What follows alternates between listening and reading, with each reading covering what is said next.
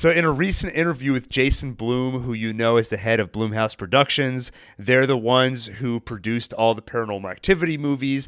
They are the studio that was kickstarted by Paranormal Activity. That movie is so well known because it was ultra low budget, was super successful, and thus Blumhouse Productions was born, where they basically make a bunch of low-budget horror movies that all tend to do pretty well.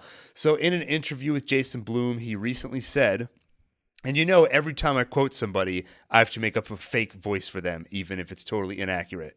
Right. We are doing a new Paranormal Activity. We have Chris Landon, who wrote almost all of them. He directed one of them. He's really kind of the showrunner of the Paranormal Activity series. And he's coming up with Paranormal Activity 7, which is not the title of the movie, but it is the 7th Paranormal Activity.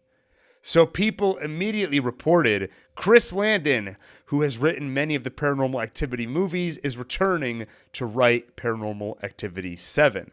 But Chris Landon himself quickly jumped to Twitter to say he is not writing Paranormal Activity 7, but he is helping out with the script.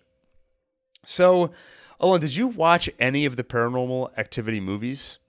I think I saw the first one, but I don't remember anything.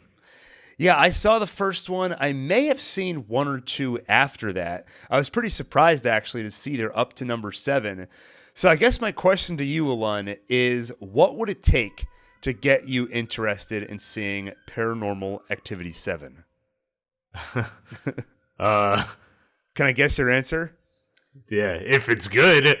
Yeah, exactly. If it gets a 90% or higher on Rotten Tomatoes. I mean, for me, what it really comes down to is they've just got to do something really drastically different.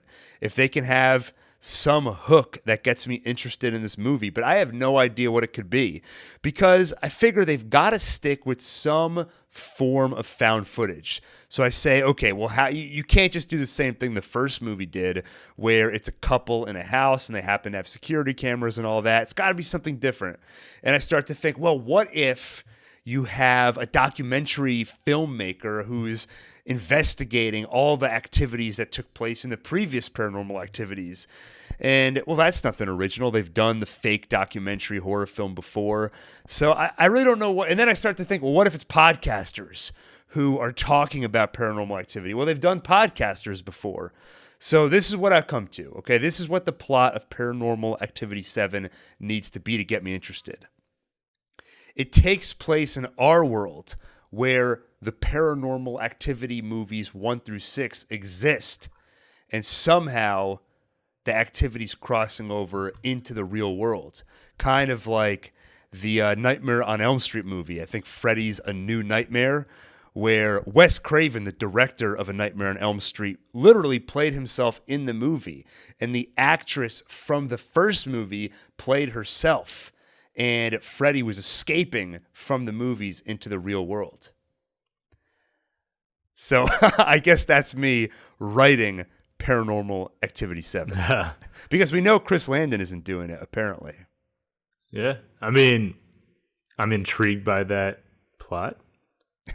You're intrigued by the plot that is most likely not the plot of the movie. I thought you just said you're writing it. Yeah, that's right. This is a OneTake exclusive. Gil is writing the next Paranormal Activity 7. Man, 7. That's how many directors the Uncharted movie has had. That is great.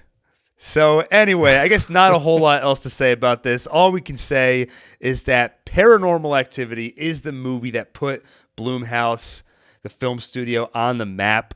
And there was no question that they were going to make more of these movies in the franchise. And we'll see if they can come up with something that gets us interested in seeing a 7th.